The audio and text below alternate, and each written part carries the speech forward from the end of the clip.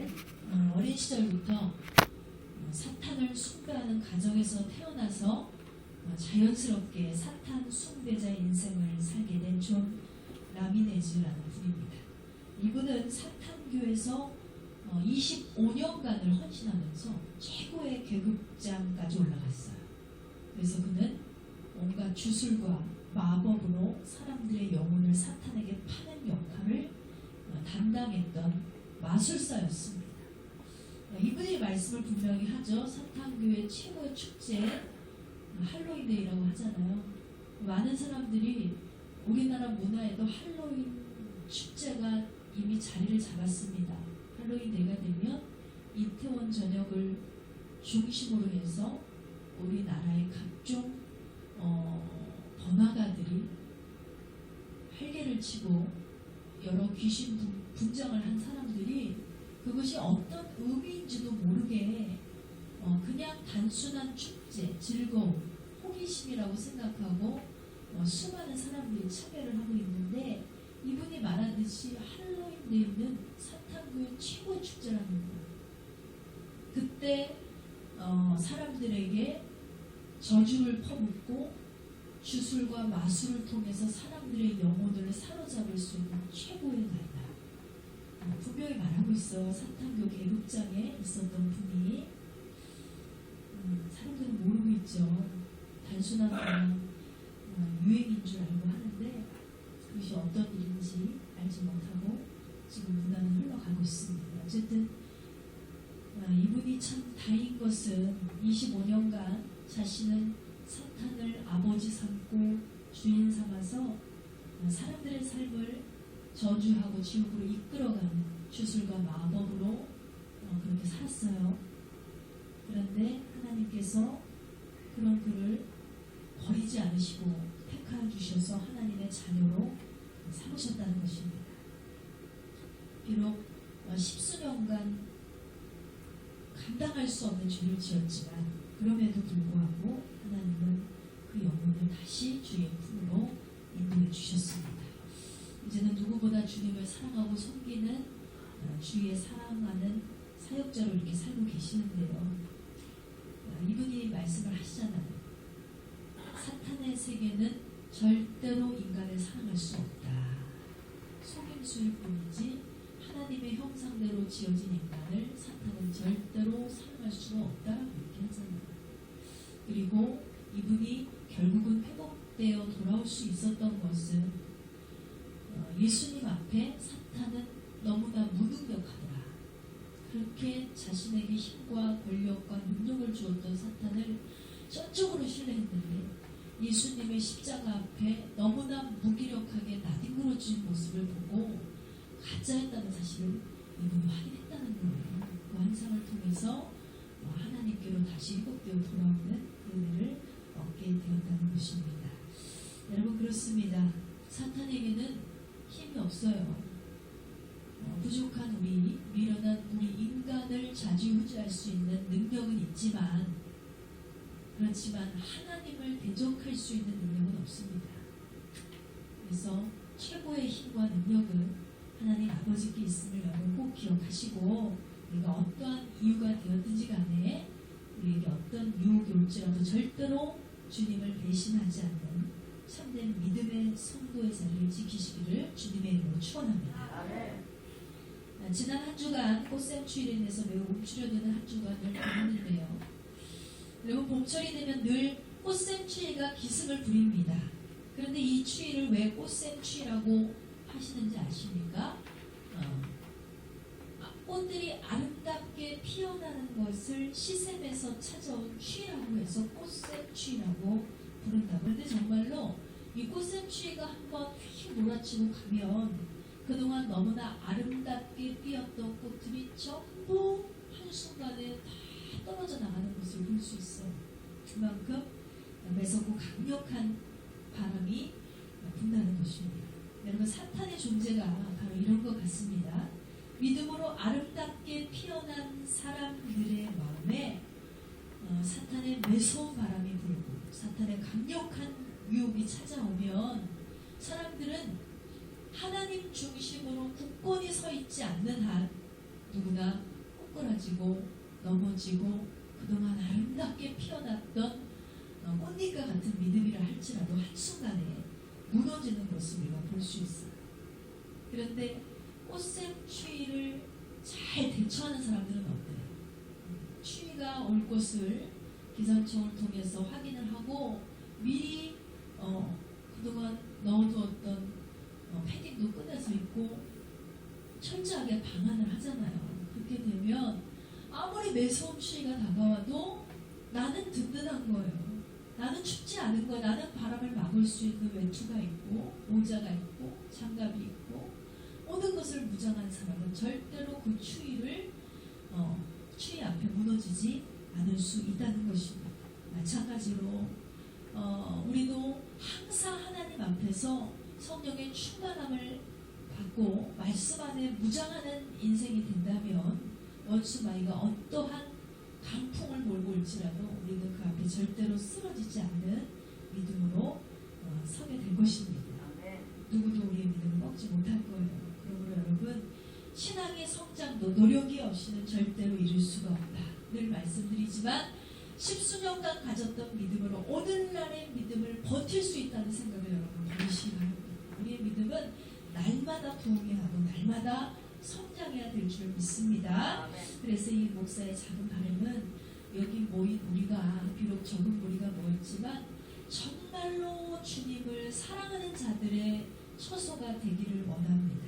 진리 안에서 진리를 따르는 인생, 진짜 위에 진짜가 되는 인생이 될 때 우리도 저분이 경험한 예수님, 진짜 능력이 계신 예수님, 진짜 능력을 바라시는 예수님을 분명히 체험하고 만나게 될 줄 믿습니다. 그러므로 진리 안에 참된 자유를 만끽하시는 저와 여러분 되시기를 주님의 이름으로 축원합니다.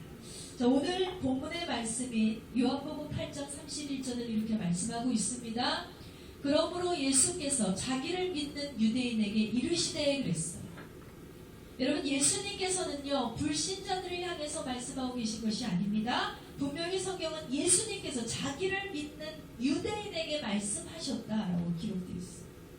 이와 같이 오늘 이 시간 주님께서는 저와 여러분을 향해서 말씀하고 계심을 믿으시기 바랍니다. 그렇다면 무슨 말씀을 하시느냐? 바로 참된 성도는 성경에 기록된 하나님의 말씀을 지키며 살아야 한다는 것입니다.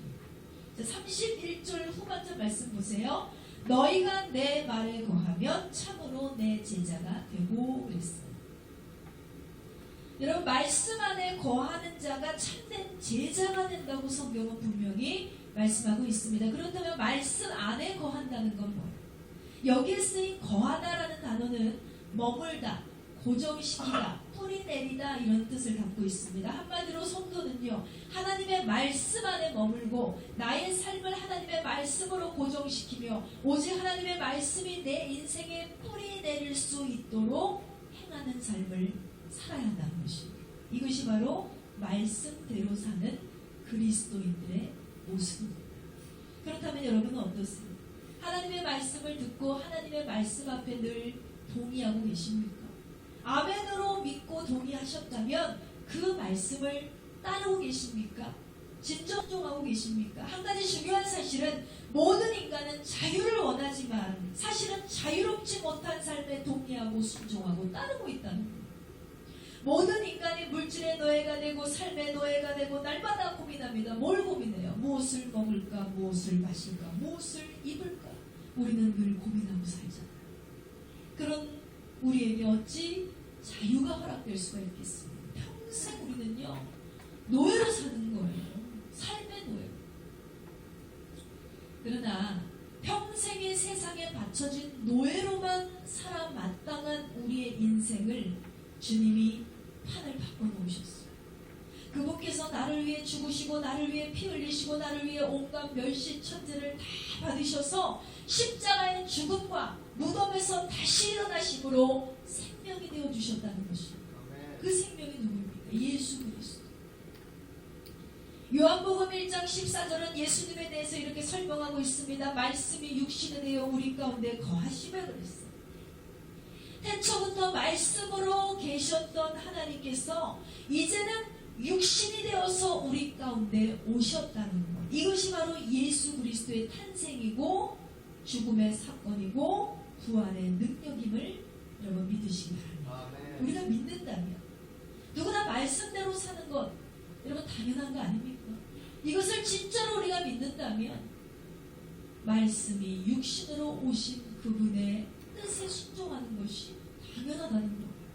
그런데 여러분 하나님의 말씀을 듣고 하나님의 말씀에 동의하며 하나님의 말씀을 따르고 순종하는 것, 이것을 우리가 행하게 되었을 때 과연 어떤 일이 벌어질까? 시편 1편 3절 말씀을 우리 다 같이 보시겠습니다. 시편 1편 3절 말씀 찾으셨으면 우리 한 목소리로 봉독하시겠습니다. 그는 시냇가에 심은 나무가 저를 따라 열매를 맺으며 그 잎사이가 마르지 아니함 같으니 그가 하는 모든 일이 다 형통하리로다. 여러분 어떻게 세상에 이런 일이 가능할 수 있어요? 잎사귀가 마르지 않는다. 열매를 많이 맺을 것이다. 그가 하는 모든 일이 다 형통할 것이다. 이렇게 말씀하고 있죠. 사실 이렇게만 된다면 우리가 걱정하는 세상의 모든 일들이 다 해결되는 거 아니에요? 내 삶이 마름이 없어요. 열매가 항상 열려요. 내가 하는 모든 일이 다 형통해요. 다 잘 돼요. 다 성공해요. 이렇게만 된다면 사실 우리가 더 원하는 게 있을까요? 더 원하는 게 없죠. 완벽하잖아요. 이렇게 놀라운 축복이 가능하다는 거예요. 이러한 축복이 가능한 원인은 바로 뭡니까? 나무가 어디에 심겨져서 시냇가에 심겨져 있기 때문이라는 거예요. 이 나무가 얼마나 훌륭한 나무인가가 중요하지 않습니다. 이 나무가 얼마나 예쁜 나무인가가 중요하지 않습니다. 얼마나 이 나무가 오래된 나무인가도 중요하지 않습니다. 이 나무에게 열매를 맺은 경험이 있느냐 없느냐도 중요하지 않습니다. 단 나무가 어디에 심겼느냐가 중요하다는 거예요. 이 나무는요 시냇가에 심겨져 있었기 때문에 그 잎이 마르지 않을 수 있었던 것이고 철을 따라 열매를 맺을 수 있었던 것이고 모든 것이 형통할 수 있었던 이유도 다 뭐예요? 시냇가에 나무가 심겨져 있었기 때문이었음을 여러분 기억하시기 바랍니다. 우리 복음성가 너는 시냇가에 심겨진 나무라 우리 한번 찬양해 보겠습니다. 이 가사를 중심으로 지어진 찬양이죠.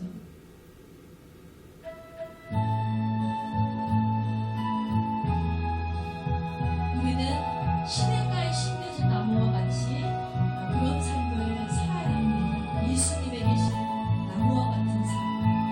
믿음으로 고백하며 찬양하시기 바랍니다.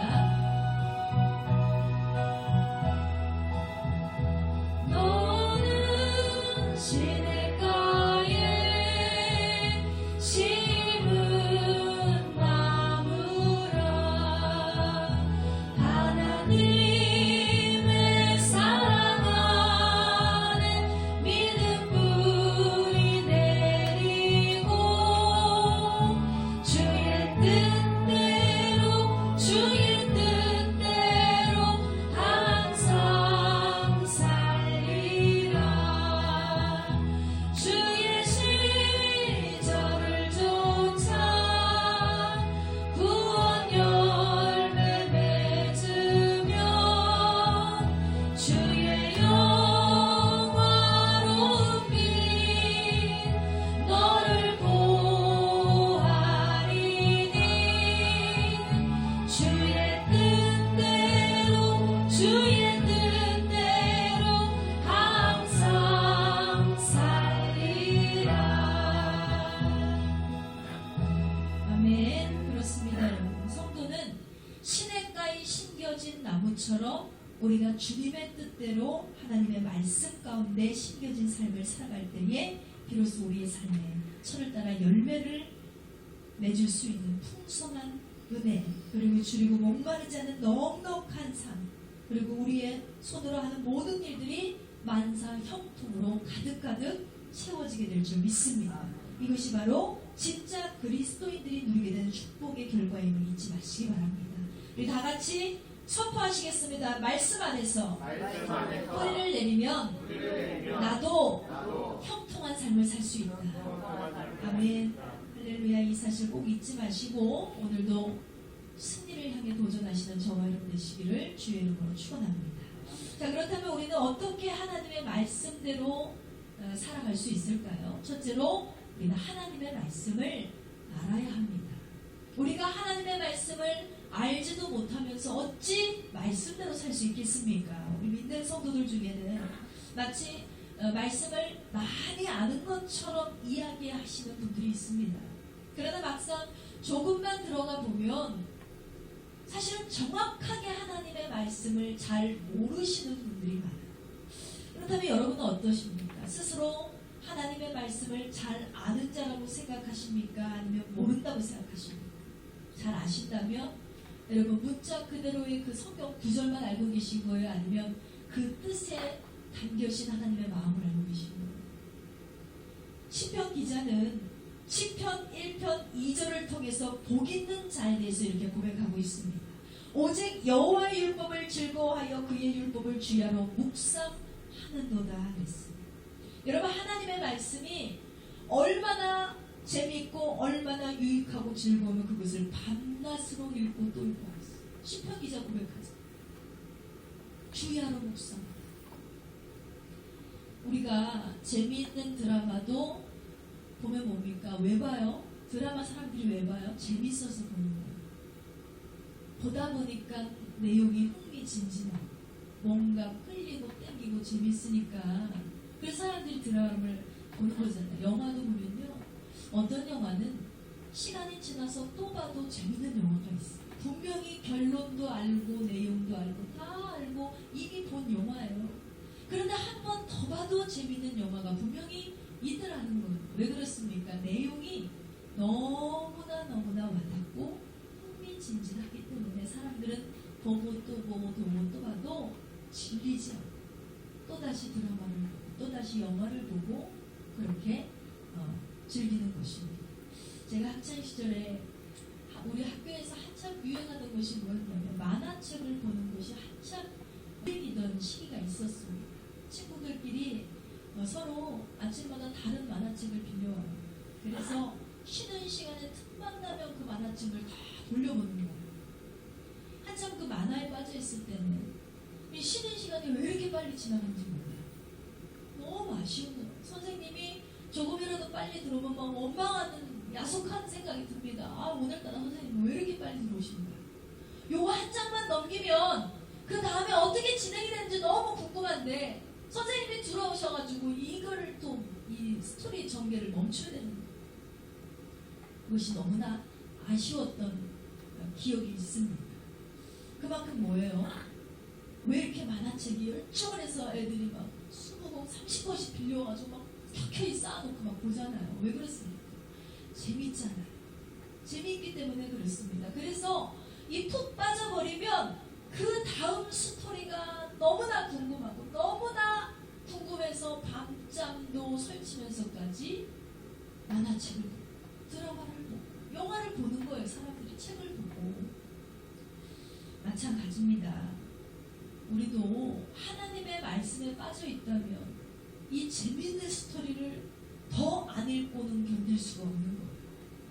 또 읽고 또 읽고 또 보고 또 보고.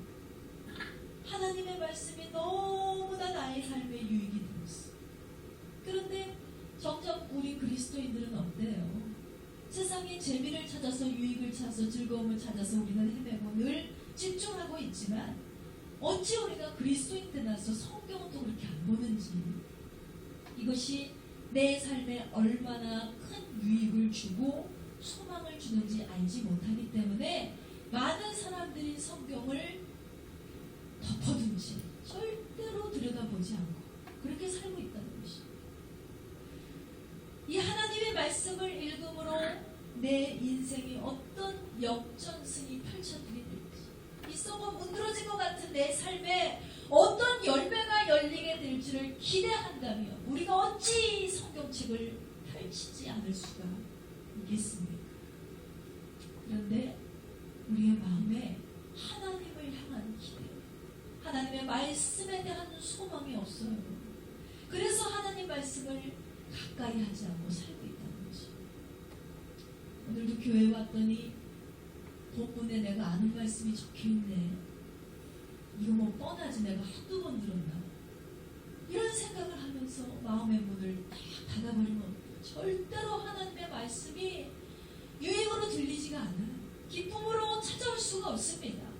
봐도 또 보고, 보고 또 봐도, 듣고 들어도 또 듣고 또 듣고 싶은 이야기가 성경의 말씀이어야 되는,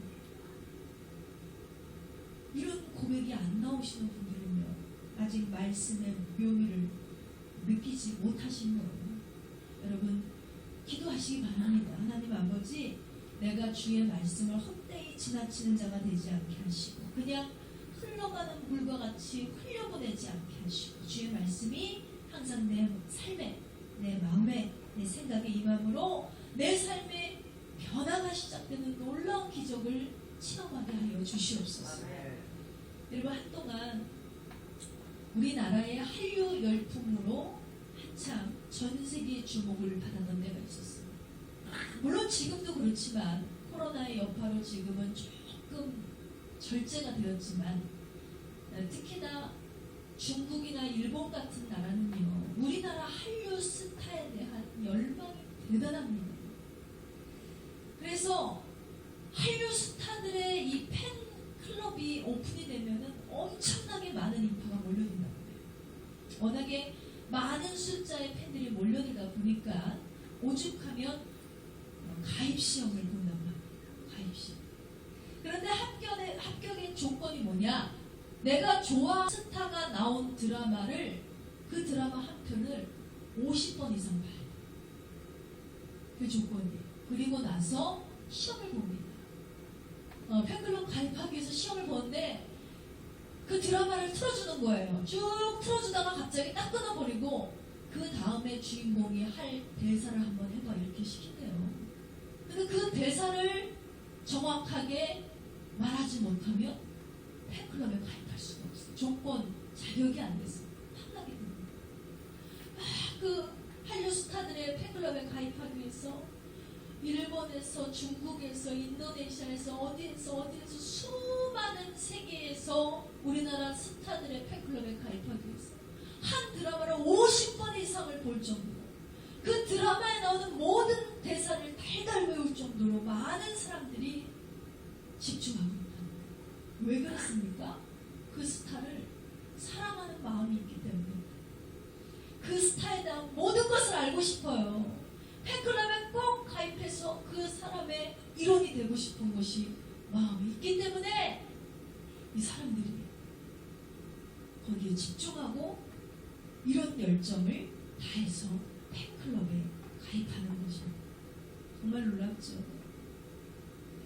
여러분, 근데 좋아하는 연예인, 스타 한 사람의 팬클럽에 가입하기 위해서 이렇게 드라마 50번을 보는 거예요. 대사를 줄줄 외울 만큼 이렇게 열정을 보이는 우리 그리스도인들은요, 우리의 길이요 진리요 생명 되시는 하나님의 말씀을 당연히 이 사람들보다는 더 잘 알아야 되지 않겠습니까? 진짜로 우리가 하나님을 사랑한다면 우리가 저 사람들보다는 더 많이 성경 말씀을 알아야 하고 읽어야 하고 외워야 하고 보고 그래야 하지 않겠습니까? 이처럼 사람은 누구나 자신이 좋아하는 일에 최선을 다하고 열정을 보이고 밤낮을 들여서 온갖 정성과 시간을 쏟게 되어 있는 것입니다. 여러분, 우리가 정말로 주님을 나의 구주로, 나의 구원자로, 메시아로 인정한다면 내 생명의 은인을 향해서 정말 요 정도로 살아서는 안 된다는 거예요. 물론 성경을 달달 외우고 우리가 지식만 충만히 늘어난다고 해서 믿음이 커지는 것은 아닙니다. 그렇지만 분명한 것은 내가 하나님을 사랑한다면 하나님을 너무 알고 싶잖아요. 하나님의 말씀이 너무나 궁금하잖아요. 그래서 우리는 알기를 힘쓰고 애쓰는 마음이 분명히 중요하다는 것을 기억하시기 바랍니다. 그래서 여러분에게 부탁드리고 싶은 것은 성경을 읽으시되 날마다 구석구석 묵상하세요. 괜히 마음을 다잡고 내가 올해는 꼭 성경을 백독해야지 뭘 하면서 시작을 했는데 왜 창세기만 읽다 끝나는 거예요. 그래도 낙심하고 포기하게 되죠. 아유, 역시 지루해 안 되나 봐 나는. 근데 좀 끈기가 있는 사람들은요, 아유 안 되겠다, 내가 자꾸 창세기만 읽다가 끝이게 되니까 이번에는 신약 성경을 좀 읽어봐야겠다 해서 마태복음을 딱 펼쳐서 읽기 시작했는데, 마태복음을 읽다 보면 뭐예요? 누가 누구를 낳고 맨 애 낳았다는 얘기만 있어요. 그 지루한 것도 뭐 이렇게 애를 많이 낳았어, 족보가 적혀있는. 그러다 보면 또 덮어버립니다. 이러다니까 말씀을 제대로 묵상하지 못할 때가 있습니다. 물론 쭉 읽어나가는 것도 분명히 중요하지만 저는 그 방법보다는 때때마다 하나님이 주시는 말씀과 메시지가 다르기 때문에 그냥 성경 그날 느낌 가는 대로 구석구석을 여러분 찾아서 꼭 묵상을 하시기 바랍니다. 시편 119편 103절을 통해서 시편 기자는 하나님의 말씀에 대한 강력한 기쁨을 이렇게 표현하고 있습니다. 주의 말씀의 맛이 내게 어찌 그리 단지요 내 입에 보다 더 다나이다 그랬습니다. 또 시편 19편 10절에서도 유사한 표현을 했는데요. 금 곧 많은 순금보다 더 사모할 것이며 꿀과 송이꿀보다 더 달도다 그랬습니다. 여러분 시편 기자와 같은 이런 경험을 하신 적이 있으십니까? 저는 한 10년쯤 못 된 것 같아요. 목사 안수를 받기 이전이었으니까 한 30쯤 해왔던 것 같은데, 제가 이 자리에서 3일 동안 금식을 하면서 하나님의 말씀을 묵상한 적이 있습니다. 그때 가정에서 금식을 하면 힘들잖아요. 남들은 다 밥 먹고 있는데 나만 금식해야 되니까 얼마나 그 냄새에 참 이기지 못해요. 그래서 뭐 교회 오면 먹을 것도 없고 할 것도 없고 뭐 할 수 있는 게 뭐예요? 기도 아니면 말씀 보는 것밖에 없어요. 참 좋은 시간이 될 거라고 생각을 하고 제가 이곳에서 말씀을 묵상을 했는데 3일 동안 읽었던 그 말씀이 제 인생에서 가장 큰 은혜와 감동과 깨달음을 주었던 시간이 되었습니다. 정말 그때는요, 시간 가는 줄 모르고 막 말씀을 읽었어요. 너무 정말 이 말씀 시편 기자의 고백과 같은 꿀송이처럼 달고 너무나 먹어도 질리지 않는, 먹어도 부르지 않는, 너무나 만화책, 고등학교 때 만화책 읽었죠. 또 보고 싶고 그 다음에 어떻게 됐는지 그 스토리가 너무나 궁금하고, 그래서 그때는 정말 말씀을 읽는 족족 깨달음을 주셨어요. 한참 그렇게 말씀을 듣다가 한 30분 정도 휴식 시간을 가지면서 저 나름대로 또 찬양을 막 불렀어요. 근데 그때 제가 찬양의 은사를 받았습니다. 노래를 잘하는 은사가 아니라 찬양의 은사를 받았다는 게 뭐냐면, 이 찬송가에 기록된 대부분의 가사들도 전부 성경의 구절을 인용해서 곡조를 붙여서 만든 노래잖아요. 그러다 보니까 하나님의 말씀이에요. 찬양도 다. 근데 찬송가를 이렇게 부르는데 어렸을 때부터 늘 불렀던 그 찬송가만 알고 있었거든요. 면 안 돼요. 그런데 그날 제가 3일 동안 말씀을 묵상하고 말씀의 깨달음이 막 열리면서 말씀이 깨달아지니까 하나님의 찬송가, 하나님의 주시는 이 찬송가를 불렀는데도 하나하나를 다 보니까 이 곡조가 다 깨달아집니다. 그래서 그때 찬양의 은사를 받았습니다. 근데도 제가 가장 자신 있는 것이, 찬송가 나보다 더 많이 하는 사람이 있으면 나와보라 그래 막 이래요. 절기 찬송가 다 알고 있어요. 누가 가르쳐준 적이 없어요. 하나님이 깨닫게 하셨습니다. 이때 바로 그런 은사를 받은 거예요. 대부분의 교회들은 찬양을 불러도 부르는 곡만 불러요. 그리고 보통은 CCM 가수들이라 할지라도 찬양 인도자들도 보통 요즘에 CCM 찬양을 많이 하고 찬송가도 어렸을 때부터 부르던 것만 부르기 때문에 제한돼 있어요. 알고 있는 것. 근데 저는 절기마다 찬송가를 거의 다 알고 있고, 모르긴 몰라도 제가 한 600장 찬송가 중에서 500장 이상은 제가 알고 있지 않을까 생각이 들 정도로 그때 깨달음은 없어요. 바로 언제?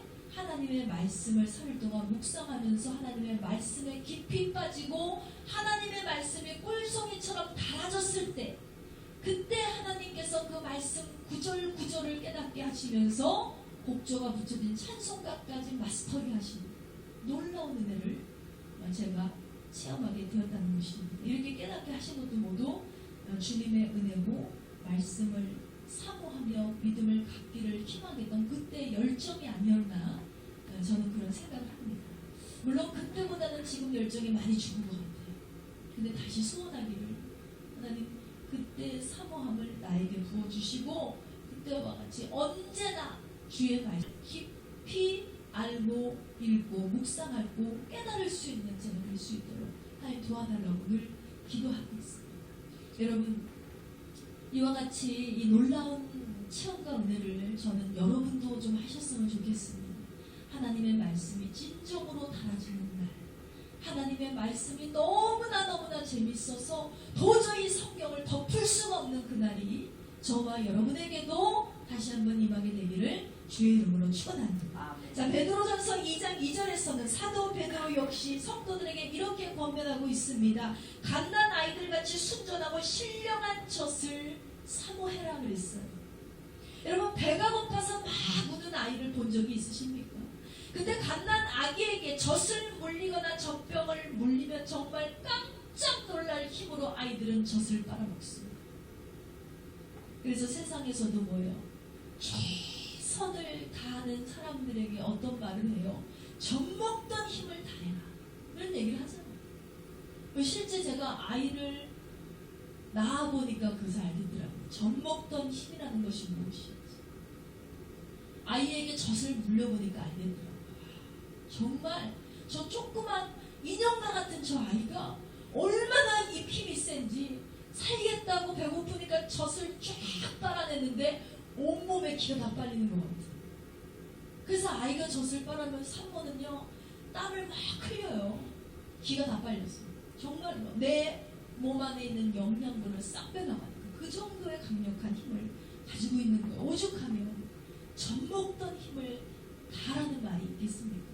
그와 같이 여러분, 우리가요, 하나님을 사모하되 하나님의 말씀을 사모하되 젖먹던 힘을 다하는 심령으로, 젖먹는 힘과 같은 능력으로 우리는 하나님의 말씀을 사모하는 자가 되어야 될 줄 믿습니다. 인간이요, 이렇게 할 수 있는 건 본능이잖아요. 아이들이 뭐 태어나자마자 야, 이렇게 엄마 젖을 빨아라고 누가 가르쳐요? 아기들 스스로의 본능이에요. 본능. 정말 신비로운 본능입니다. 그런데 여러분은 과연 무엇을 향해 젖먹던 힘을 다하고 계십니까?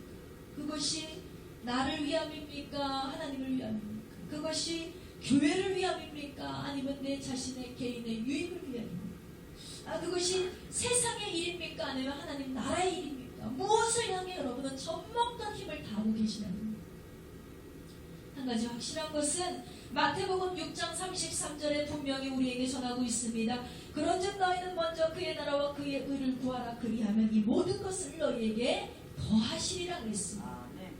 여러분, 나를 위한 그 무언가는요, 하나님의 일을 우선으로 하게 될 때 하나님께서 덤으로 다 이루어 주신다고 분명히 말씀하고 있습니다. 그러므로 그가 너무나 바쁘다는 이유로 하나님의 말씀을 멀리하며 사셨다면, 너무나 힘들고 지치다는 이유로 하나님의 말씀 사모하기를 멈추고 계셨다면 이제부터라도 다시 하나님의 말씀을 우선으로 하고 젖먹던 힘을 다해 주의 말씀을 사모하는 저와 여러분 되시기를 주님의 이름으로 축원합니다. 자, 둘째로 성도가 하나님의 말씀대로 사는 길은 바로 말씀을 실천하며 사는 것입니다. 시편 1편 1절에서 2절 말씀 나같이 보세요. 복 있는 사람은 악인들의 길을 따르지 아니하며 주인들의 길에 서지 아니하며 오만한 자의 자리에 앉지 아니하고 오직 여호와의 율법을 즐거워하여 그 율법을 주야로 묵상하는도다 그랬습니다. 여러분, 이 말씀을 자세히 살펴보면 복을 받을 수밖에 없는 사람의 행동 지침이 구체적으로 기록되어 있어요. 이 사람은 하나님의 말씀을 단순히 듣고 알고 깨닫는 데 그친 게 아니죠. 삶 속에서 구체적으로 그 말씀을 실천하고 있는 거예요. 보세요. 악인들의 꾀를 따르지 않고 죄인들의 길에 서지 않고 오만 자리에 앉지 않는다. 이게요, 세상을 살다 보면 참 쉽지 않습니다. 100명이 좌편에 있는데 나 혼자 우편에 선다는 것은 결코 쉬운 일이 아닙니다. 1000명이 아니라고 하는데 나 혼자 맞다고 주장하는 것은 정말로 힘든 일이에요. 세계의 문화가 다 그렇다고 하는데 나만 동성애를 인정할 수 없다고 주장할 수 있는 거, 이거 보통 용기가 아니면 우리가 지켜낼 수가 없습니다. 그럼에도 불구하고 뭐예요? 복 있는 자는 한다는 거예요. 소신 있게 자신의 믿음의 정결과 지조를 지키는 신앙, 절대로 타협하지 않는 뚝심 있는 신앙. 여러분, 이것은 보통 소신으로는 할 수가 없는 것입니다. 이와 같은 맥락에서 야고보 사도도 야고보서 1장 22절에서 25절을 통해서 이렇게 말씀하고 있습니다. 너희는 말씀을 행하는 자가 되고 듣기만 하여 자신을 속이는 자가 되지 말라. 누구든지 말씀을 듣고 행하지 아니하면 그는 그걸로 자기의 생긴 얼굴을 보는 사람과 같아서 제 자신을 보고 가서 그 모습이 어떠했는지 곧 잊어버리거니와 자유롭게 하는 온전한 율법을 들여다보고 있는 자는 듣고 잊어버리는 자가 아니요 실천하는 자니 이 사람은 그 행하는 일에 복을 받으리라 그랬습니다. 여러분, 정말 우리가 오랜 시간 동안 신앙생활을 하다 보면요, 말씀을 내가 원하든 안 원하든 많이 듣게 됩니다. 그래서 초등학력조차 갖지 못한 까막눈 할머니들도요, 보면은 말씀을 아주 잘 알고 있어요. 하나님의 말씀 들은 것이 많기 때문에 잘 아는 경우가 많습니다. 그래서 서당계 3년이면 풍어를 얻는다는 말이 있잖아요. 그 말이 뭐예요? 서당에 사는 개도 3년 살다 보면 풍어를 얻을 정도로 그 들은 것이 많다는 거예요. 하물며 만물을 다스리는 권세를 받은 인간이 얼마나 똑똑한지 아세요? 초등학력밖에 나오지 않았어도 하나님의 자녀들, 하나님의 형상을 따라 지어졌기 때문에 사람은 똑똑합니다. 그런데 정식으로 배움의 길이 없었던 할머니나 할아버지는 뭐예요? 그래도 교회 다니시다 보면은 성경 말씀을 줄줄줄줄 외우고 있는 거예요. 잘 아시죠? 깨닫고. 그런데 하나님께서 인간을 가장 이렇게 유능하고 똑똑하게 만드셨음에도 불구하고 우리는 뭐예요? 미련하게 살아요. 너무나 똑똑한 우리지만 우리는 오류를 범할 때가 있습니다. 바로 뭐예요? 자기 자신이 들은 말씀이 많기 때문에 하나님의 말씀을 마치 잘 알고 마치 하나님의 말씀을 따라서 잘 살고 있는 것처럼 착각하며 살고 있다는 것입니다. 그래서 야고보 사도가 이와 같은 자들을 향해서 뭐라고 일침을 가하고 있습니까? 자신을 속이는 자가 되지 말라 그랬어요. 말씀을 듣고 행하지도 않으면서 듣기만 하고 마치 잘 지키는 거룩한 성도인 양 그렇게 살지 말라는 거예요. 하나님을 사랑한다고 말하면서 자신을 속이지 말라는 거예요. 하나님 말씀 듣고 행하지도 않으면서 실천하지도 않으면서 순종하지도 않으면서 하나님 사랑한다고 입으로만 나불나불나불 그 속이지 말라는 거예요. 하나님의 율법은 우리를 온전하게 하고 자유롭게 하는 율법이다라고 야고보 사도가 뒷받침하고 있죠. 이렇게 자유로운 온전한 율법을 들여다보고 있는 자는 듣고 잊어버리는 자가 아니다. 실천하는 자다. 이 사람은 그 행하는 일마다 복을 받을 것이다 라고 분명히 말씀하고 있습니다. 여러분, 야고보 사도는요, 진정한 자유를 갈구하는 성도를 향해 분명히 뭐라고 말씀하고 있어요? 말씀을 들었으면 그 말씀을 지켜서 행하라는 거예요. 여러분, 저는 설교를 해오면서 늘 마음의 부담을 느낄 때가 있습니다. 왜냐하면 온전히 실천하지 못하고 온전히 지키지 못하는 말씀을 전해야 될 때가 많잖아요. 저도 사람인데 뭐 말씀을 다 지키고 살겠습니까? 목사도 사람입니다. 그래서 이 단에 설 때마다 부담을 느낄 때가 있어요. 나도 지키지 못한 이 말씀을 어찌 전하리요? 양심의 가책이 느껴졌어요. 그럴 때마다 죄책감으로 이 자리에 섭니다. 그래서 더 기도해요. 하나님, 전하는 자가 되지 않게 하시고 저 역시 듣는 자가 되게 하시고 지켜 능력을 얻을 수 있도록 주님 도와주세요. 기도하거든요. 그래서 우리 아이들을 낳기 전에는 기도원회를 자주 다녔는데 아이들을 기르다 보니까 기도원을 열심히 못 가서 가정에서 평상시에 주옥 같은 목사님들의 메시지가 많잖아요. 많은 목사님들의 설교 말씀을 통해서 저도 듣는 자의 편에 서게 될 때가 많습니다. 듣는 자, 성도의 편에서. 그래서 그 가운데서 하나님이 깨닫게 하시고 회개하게 하시고 회복하게 하시고 듣게 하시고 알게 하시고 그런 시간을 주시는 거예요. 여러분, 이거 중요한 거예요. 항상 우리는 하나님의 말씀을 사모하고 듣고 깨닫고 회개하고 자복하며 감사하는 그런 시간을 분명히 가지란다는 것입니다. 참 안타까운 것은요, 대부분의 성도들이요, 예배 때마다 하나님의 말씀을 들으면서도 말씀을 거의 기억하지 못한다는 거예요. 지난주에 여러분 어떤 말씀 나눴는지 아십니까? 하면은 글쎄 지난주에 성경 구절이 뭐였지? 몇 장이었더라? 기억조차 못해요. 그런데 대부분 뭐 기억하는지 아세요? 영상, 풀어준 영상 기억하고 제가 중간중간에 말씀드린 스토리는 기억하는 경우가 많습니다. 왜냐하면 그게 좀 재밌잖아요. 기억에 남는.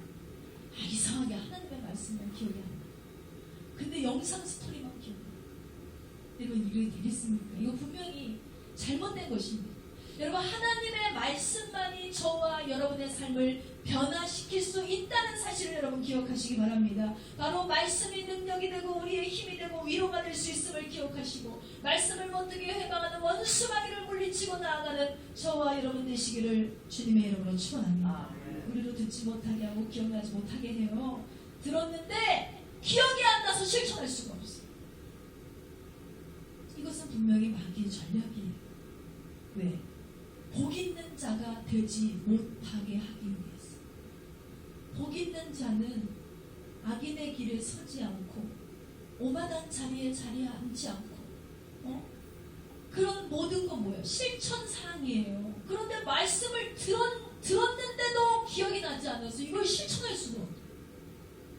결국 복 있는 자가 되지 못하게 하기 위해서 사탄은 우리로 하여금 하나님의 말씀을 못 듣도록 기억나지 않도록 해방하는 것입니다.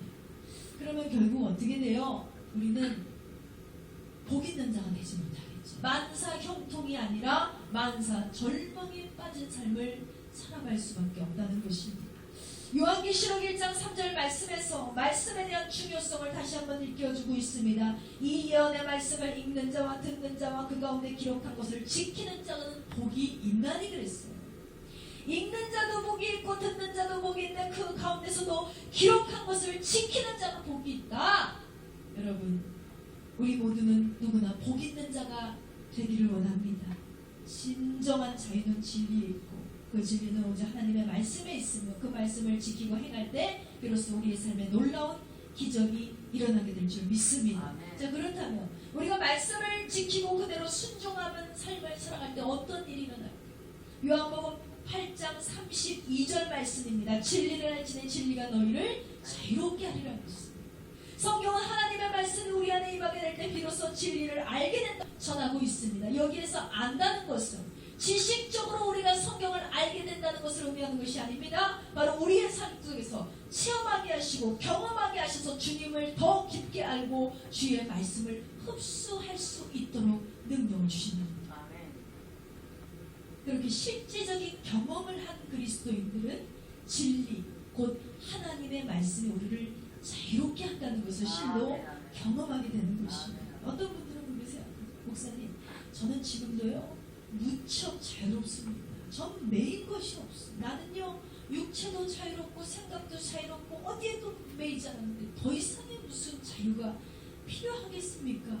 그런데 여러분, 당시의 유대인들도 이와 같은 똑같은 생각을 하고 똑같은 말을 했습니다. 요한복음 8장 33절을 보면 그들이 말하되 우리가 아브라함의 자손이라 남의 종이 된 적이 없거늘 어찌하여 우리에게 자유롭게 되리라 하느냐 그랬어요. 우리는 원래 자유한 자인데요. 왜 우리가 자유를 구해야 합니까? 어찌 우리가 자유인이 돼야 합니까? 원래 자유로워요. 지금도 자유롭습니다라고 그때 당시에 유대인들도 이렇게 반문했답니다. 그러자 예수님께서 저들에게 이렇게 말씀하셨습니다. 요한복음 8장 34절 말씀에 예수께서 대답하시되 진실로 진실로 너희에게 이르노니 죄를 범하는 자마다 죄의 종이라 그러셨어요. 그렇습니다, 여러분. 주님께서는 죄를 범하는 자마다 죄의 종이라고 하시면서 너희는 여전히 죄의 속박과 굴레 아래 종속되어 있다고 이렇게 말씀하십니다. 너희가 자유한 것 같으나 사실은 자유한 자들이 아니다. 너희는 죄의 굴레가 되어 있고 너희는 종속되어 있고 너희는 여전히 죄의 노예로 살고 있다는 거예요. 이 말씀을 읽은 여러분에게 저는 다시 한번 묻고 싶습니다. 여러분 진정한 자유이십니까? 여러분 자유를 찾으셨어요? 우리가 버리지 못하고 비우지 못하고 낮추지 못해서 자기 애를 향한 자기 집착에 빠질 때가 얼마나 많은지, 그 집착은 결국 중독으로 이어지고 어떤 사람은 그것을 돈 모으는 취미로, 어떤 사람은 수백 켤레의 신발을 사는 취미로 자신의 만족을 찾으려 하고 있습니다. 또 어떤 사람은요 로또를 사는 취미로 살고 있습니다. 뿐만 아니라 어떤 사람은 평소에는 아주 평안하다가도 과거의 어떤 상처만 꺼내면 자신의 삶이 모두 무너지는 것 같은 고통을 느낄 때가 있죠. 이것도 뭡니까? 상처로부터 그 사람은 자유롭지 못합니다. 어떤 사람은 지난 실패로 인해서 발목이 잡혀서 어떤 곳에도 도전하지 못합니다. 사람도 만나지 못하고 일도 하지 못하고 실패에 의해서 갇혀서 두려움에 갇혀있는 거예요. 또 어떤 이는 분노에 매이고 어떤 이는 중독에 매이고 어떤 이는 집착에 매이고 어떤 이는 그렇게 매이다가 자살까지 하는 거죠. 항상 또 우리가 뭐예요? 세상에 매어 산다는 게 뭐예요? 걱정, 근심, 염려가 계속해서 나를 치고 올라옵니다. 그로 인한 실망과 그로 인한 분노와 그로 인한 내 인생은 뭐예요? 자유롭지가 못합니다. 그런 우리를 향해 주님이 이렇게 말씀하십니다. 요한복음 8장 36절 말씀에 그러므로 아들이 너희를 자유롭게 하면 너희가 참으로 자유로우리라 하겠습니다. 할렐루야. 네. 그렇습니다, 여러분. 우리가 이 땅을 사는 동안 자유를 누릴 수 있는 길은 오직 예수 그리스도를 믿는 힘에 있음을 기억하시기 바랍니다. 하나님의 말씀이 우리 안에 임하고 우리가 그 말씀 안에 거할 때 그 말씀대로 살아낼 때 그때가 바로 저와 여러분에게 진짜 자유가 허락된다는 것입니다. 갈라디아서 5장 1절은 다시 한번 우리가 얻게 될 자유에 대해서 강조하고 있습니다. 다 같이 한 목소리로 봉독하시겠습니다. 그리스도께서 우리를 자유롭게 하시려고 자유를 주셨으니 그러므로 굳건하게 서서 다시는 종의 멍에를 매지 마라 그랬습니다. 그렇습니다, 여러분. 진짜 주님이 찾으시는 성도는요, 하나님의 말씀을 듣고 하나님의 말씀을 깨달으며 하나님의 말씀대로 살고 그 말씀으로 인해서 자유를 누리는 것입니다. 자유예요. 어떠한 환경이 찾아와봐라 내가 넘어지나, 어떠한 슬픔이 찾아와봐라 내가 뒤로 물러가나, 마음이 평안하고 기쁘고 행복하고 만족스러워. 이것이 바로 성도의 삶이고 의의 길이며 천국으로 가는 구원의 완성임을 믿으시기 바랍니다. 아멘. 자, 말씀의 결론을 맺기로 합니다. 사랑하는 성도 여러분, 미국에는요 거북이 크리스천이 많다고 합니다. 허기를 잘 견디는 거북이를 빗대서 한 표현인데요, 새는요 19일 동안 아무것도 먹지 않아도 버틸 수가 있다. 그런데 이 19일이 딱 지나면 새는 더 이상 견디지 못하고 죽어버립니다. 그런데 사람은 얼마 버틸 수 있는지 아세요? 아무것도 안 먹고 12일을 평균적으로 버틸 수 있다고 합니다. 그런데 개는 20일 버텨요. 우리가 개보다 못 버텨요. 얼마 전에 어린 20대 초반의 두 부부가 7개월 된 어린 영아를 무한 방치해서 이 아이가 굶주림과 두려움 속에 떨다가 울고 지쳐서 사망에 이른 사건이 있습니다. 그걸 보니까 얼마나 방치했냐면 일주일을 방치했어요. 일주일 동안 부모가 찾아가지도 않고 먹을 것도 주지 않고 아이를 혼자 내버려둬서 아이는 사망했습니다. 그러니까 평균적으로 인간이 아무것도 먹지 않고 12일을 버틸 수 있다 해도 어린아이들은 훨씬 더 못 버티냐는 가운데 어린 아이들과 어른들이 버티기 힘든 이 굶주림, 지구상에서 가장 잘 굶는 피조물을 하나님이 하나 만드셨는데 그것이 바로 거북이에요. 거북이는 무려 500일 동안 아무것도 물 한 모금도 마시지 않고도 버틸 수가 있다고 합니다. 그래서 이 같은 거북이에게 빗대서 하나님의 말씀을 먹지 않고도 오랫동안 버틸 수 있는 성도를 바로 거북이 크리스천이라고 부르는 것입니다. 어떻습니까, 여러분? 여러분은 거북이 크리스천이 아닙니까? 하나님의 말씀을 오랫동안 멀리하고 살았는데도 여전히 살았어요. 하나님의 말씀을 먹지 않고도 버티고 있어요. 그렇다면 내가 거북이 크리스천이죠. 여러분은 하나님의 말씀을 사모하며 말씀 안에서 뿌리 내리는 삶을 살아가고 계십니까? 하나님의 말씀을 마치 어린아이가 젖을 사모하듯이 그렇게 간절히 찾고 먹고 계십니까? 만일 말씀 묵상에 최선을 다하는 분이 계시다면 그 말씀을 과연 여러분은 실천하고 살고 계십니까? 말씀을 알면 우리는 비로소 자유해질 수 있습니다. 그 말씀이 진리이고 진리는 분명히 저와 여러분을 자유롭게 해줄 것입니다. 그러므로 이제부터는 들은 것에만 그치지 마시고 듣기도 잘 들어야 돼요. 말씀을 들으려고 애쓰셔야 됩니다. 내 허벅지를 찌르면서까지. 그리고 어쩌다 들여다보는 것이 말씀이 돼서 안 되고 항상 말씀 안에 거하는 삶 사모하고 찾고 구하시기 바랍니다. 그런 저와 여러분이 될 때 하나님께서 시냇가에 심긴 나무와 같이 저와 여러분의 삶을 풍성하게 하시고 열매가 주렁주렁 맺히게 하실 것이며 남은 저와 여러분의 인생은 만사 형통으로 주관해 주실 줄 믿습니다. 아멘. 이렇게 진정으로 복 있는 성도가 되시기를 주님의 이름으로 축원합니다. 아멘. 이 시간 다같이 기도하기 원합니다. 하나님께 간절히 기도할 때 아버지 하나님, 우리가 진정 시냇가에 심은 나무와 같이 열매 맺는 삶, 결실을 맺는 삶, 정말 만사 형통하는 삶, 마르지 않는 삶을 살기를 원합니다. 그러나 원하면서도 내가 어떻게 해야 그 열매의 삶을 살아갈 수 있는지를 알지 못하고 살았습니다. 이제부터는 하나님의 말씀을 더 깊이 묵상할 수 있는 우리가 되게 하시고 그 말씀 들은 대로 본 대로 실천할 수 있는 우리 모두가 되게 해달라고 이 시간 주여 삼창하시고 기도하시겠습니다.